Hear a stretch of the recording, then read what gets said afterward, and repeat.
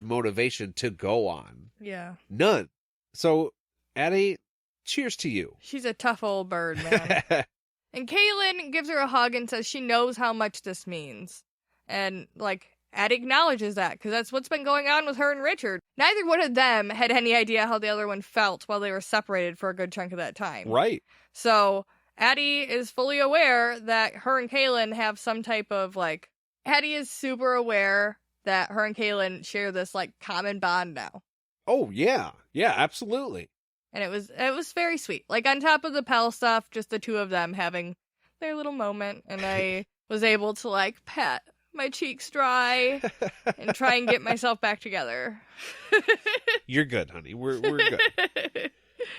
So, Jeb and Chan, they make breakfast while they all plan out how they're going to return to Ebonicia in the winter and, clean it out. Just real quick sidebar. I think it's hilarious and maybe a little sad that Jeb has gone from this super poor servant to now this very well-respected and rich, still servant. They're like, yeah, you're with us. Why don't you make breakfast? Is that cool? We're going to plan some stuff. Yeah, you're a seer, and, you should probably be respected and all that. But no, you and Chan do the dirty work. That's how this works. Just saying, Jeb makes a bomb-ass omelet.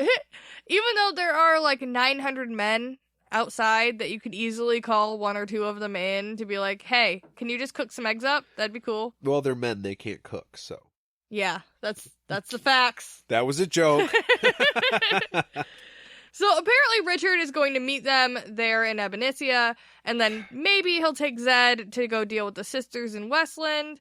I don't know why the fuck she wouldn't take Chan and a horse and meet him halfway. You know what, guys? We've been here for a minute.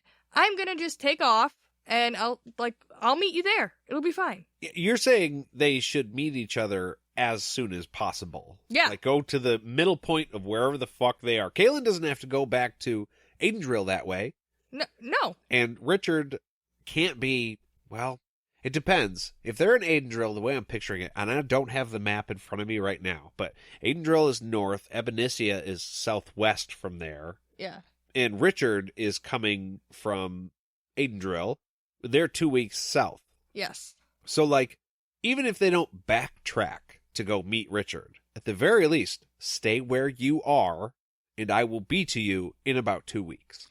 Even if the whole group doesn't go, there's no reason in my mind for Kahlan to not say, I'm going to take an extra week and go meet him halfway, or I'm going to sit here for 2 weeks and meet him here, and then we will be on our way to you. Priorities, okay? And on top of that, Richard doesn't have to travel all the way to Ebonicia by himself. No. He could be protected by all these people. Now he knows for sure. Yes. He's the one. Yes. He's the seeker. The sword is he's the dude. Yeah. Probably shouldn't be alone too much. He can handle himself, but No, as soon as possible, reunite. This is something we mentioned in the first book. Sorry, I was halfway through a sip of beer. Kahlan and Richard have an ongoing issue of being separated. Yep. When they're not together, it causes a lot of anxiety in the reader. You're like, gosh, if they were just together. Gosh, if he could just control his magic. Gosh, if he just had his sword. A lot of these issues. But him and Kahlan being separated is a huge one. Yeah, and that's probably where you're hearing my anxiety come through while I'm talking about this. Yeah, you're just get them together and everything will be fine. The longer you wait, do it again. The worse it's going to be. So Right. do it now. So Chan pulls Kahlan aside and asks, this is great, how to tell Jeb that he likes her tits in her language. He's like, hey, how do you say boobs? And Kahlan's like, okay, look, dude, I've been meaning to talk to you about this. It's pretty important. It's wildly inappropriate to comment on anybody's body, really, on a part that they have covered up. So you like her face, you like her eyes, her hair. Her personality, maybe. I just meant cool.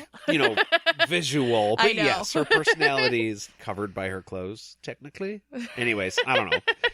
And, this blows his mind. And she's like, look, would you ever ask to see somebody without the mud? And he's like, oh, no, that's bad. She's like, yeah, so tits is kind of like that. Yeah. so you can't do that. But just run with whatever comes to your mind that's not that, and you'll be fine, dude. Yeah. This is the track you should stay on, okay? Chan appreciates her help, and he makes this joke one more time about being lucky that she has Richard so that he didn't end up her husband again. I think that's funny. Now they have this, like, cute little back and forth. From where they started, where they're at now is huge. Yeah. Like, you never thought they were going to get to a place where we're okay. He's like, oh, yeah. Could have ended up my wife. You know what that would have been like. Chan's character development is, I don't remember everybody else's, but I think he's one of my favorites in the series, maybe. He comes so far. I mean, okay, the irony was not past me that Chan and Jeb made breakfast. Chan is a mud person. So, just saying, had Chan married Kahlan, Chan would not be making the breakfast in the morning. No, that would be a Kahlan job, for sure. Yeah. Just even in that, he's like, I'm doing the quote unquote, and again, that's not what I believe. It's what the mud people believe. That's woman's work. Oh, yeah. You know what I mean? But he's doing it happily because I'm above worrying about woman's work. Like, no, people got to eat, dude. He's seen the outside world and been enlightened. Right. Yeah. So Kahlan checks on the men and Nick, her warhorse. Can't forget about him. And she asks him if he is ready to carry the Queen of Gallia to the palace. And Nick is all about it. I picture him like a cartoon Disney horse. Just like... Yeah, like almost a dog-like personality where he stamps and stands up straight like, fuck yeah, I'm ready. Like Maximus and Tangled. Right, and also we learn here that she's accepted the role of Queen of Gallia. At least temporarily. And for now, but still, like she's like, okay, I'll do that. Maybe this is why she doesn't go straight to Richard and she's going to Ebonicia. Like, maybe this is the reason that we're being given anyways. Right. And I don't know. Gallia has been queenless this entire time. Like, the whole city was fucking sacked. And I feel like they could go a little bit longer. Like, an extra week. I really don't think it would make that big of a difference, especially with the actual royal family there. Yeah. You know who could take a temporary position to help his fucking half-sister out? Fucking Harold. Right. I'll be king for 2 weeks while you go get your man. Cool. Great. Everybody's cool. No, he's a dick, and now Kahlan has to go to Gallia and not go find Richard, which is what she should be doing. Right. Thank you all for agreeing. Well, you know what we should be doing right now? What's that? Beer break? Oh, yeah. Yeah, for sure. Oh, yay. And I am extra excited about the beer break today. Mm-hmm. So what we have here is a variant of KBS. This is Maple Mackinac Fudge KBS. Mm-hmm. And, like, okay, Founders Brewery is a really big deal here in Michigan. They make tons of beers, but they come out with a couple beers every year, right? They have Breakfast Stout, that's year-long. Then they have KBS, and they do a bunch of these different variants and stuff. And then they do CBS, which is like the top one. Yeah. Super strong, a lot of flavors in it. Definitely drank them on the podcast. Right. So, like, if I'm not mistaken, this is going to be pretty... Yeah, 11%. So it's no joke. But the flavor, guys, the flavor. I don't know how many of you have ever been to Mackinac Island. It's an island on the northeast side of our lower peninsula, and they make the best fudge in the world there. There, I said it. I wholeheartedly believe that. I feel like a lot of our listeners probably haven't been to Mackinac because I feel like that's a very Michigan thing to do. Yeah, but I mean, it's a badass place. And if you guys ever get the chance, I highly recommend that you go. But, like, dude, the flavor in this beer is amazing. Nailed it. Yeah. It's, I don't know. The fudge has a certain taste up there.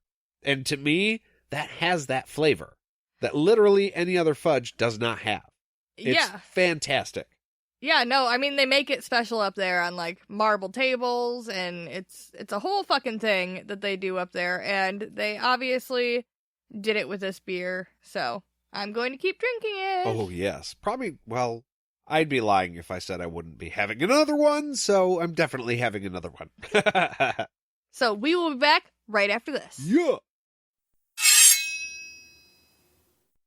Hey guys, Nate from All the Things, and I want to talk to you a little bit about 4 Acre Freedom. So 4 Acre Freedom is a family-owned and operated one-stop shop for everything that you're probably already looking for. They've got vinyl-laid shirts, they've got hoodies, and don't forget your beer koozies. Those are, like, essential. We have some, actually, with the All the Things logo on it, and they look pretty sick, just saying. They've got custom-made rings and jewelry, which Jade and I also have, and they're fucking badass. We got these ones. You guys. It's like stainless steel, but then there's a core. Jade's has like meteorite in it. I think mine's got like dinosaur bone in it, and they glow, and it's like, they're fucking cool. I can't do it justice with a microphone. You guys really have to see it. Again, we are going to post these on our Facebook page so you guys can get a better look at them. They're awesome. He can do custom woodwork and signs. Like, you want a badass grace or a quote, or even like a picture of something from the book. He can do that. He's got a thing that just like, it'll etch it all out onto wood. Real fucking cool. You get exactly what you want every single time. He can do leather work. You want a custom sheath for your knife, or perhaps your sword of truth. You need a new belt. He can do that too. I mean, you could put those two things together and probably make a scabbard. Just saying. And also they have farm-to-table bread, candies, and confections, which are delicious. I have tried them. Look, here's the thing. Everything they do is of the best quality. And it's all literally handmade. This is not that kind of shop that just buys a bunch of shit cheap online and then you get cheap stuff for a little bit more. No. The value is there. The quality is there. Everything they do is awesome, and you should check them out for yourself. They're on Facebook, Instagram, and Twitter, and of course, you can check them out at 4acrefreedom.com. High quality, handmade. And we are back. Hi, we missed you. So, Richard is eating his second bowl of Mistress Sanderholt's soup. Not surprisingly, because he just spent 2 weeks barely sleeping or eating anything at all. I don't know, maybe sharing some grass with the horses. But, like, food hasn't been high up on his list. And he's sitting there telling her that this is the best spice soup in the world. You know, after mine. Because I make it the best, you know. Super fucking humble. Yeah. Which, there he goes, proving you wrong about the whole men not cooking thing right away. I mean, hey, I've made spice soup. Just saying. And I think I did a pretty fantastic job. I don't think it's going to be as good as Richard's. But then, you know, it's more of a suit to flavor kind of thing. Nobody's is as good as Richard's, apparently. Well, yeah. You can't make it better than... Well, I think in a way it's kind of like mom's spaghetti. Oh, yeah. Doesn't matter what you have. It's like she always makes it best. She could make really shitty spaghetti, but that's mom's spaghetti, so it's just going to be the one, you know? All up on his sweater already. Yeah. Sorry. Okay. God, I wish I had a rhyme right now, but I don't. Fail. Sanderholt is happy that he's in a better mood, but it's such a crazy turnaround from the last time she saw him that she knows something had to have happened. He makes her promise to keep it a secret, then drops the bombshell about Kahlan being alive. Ta-da! Of course, she thinks he's gone fucking nuts because... You would. You would. And the last time they were talking, she tried to tell him, like, hey, dude, I watched her be killed. Again, I know I keep coming back to this, but from her point of view, it doesn't matter what Richard says because I saw it happen. I saw her head roll and the blood pour, man. Yeah, like, that's proof, dude. She is dead. This is kind of traumatizing to have somebody keep telling you that something you saw didn't happen, kind of. Was like, it real? Yeah. Yeah, that would be a little crazy, I feel like. So Richard tells her the wizard that she told him about is actually his grandpa, and it was all just a ruse to get Kahlan to safety, which would track because Zed, the mysterious wizard stranger, was in charge of this prisoner's execution from beginning to end. But Sanderholt immediately accepts this. And this is what I was talking about earlier. Mm-hmm. Zed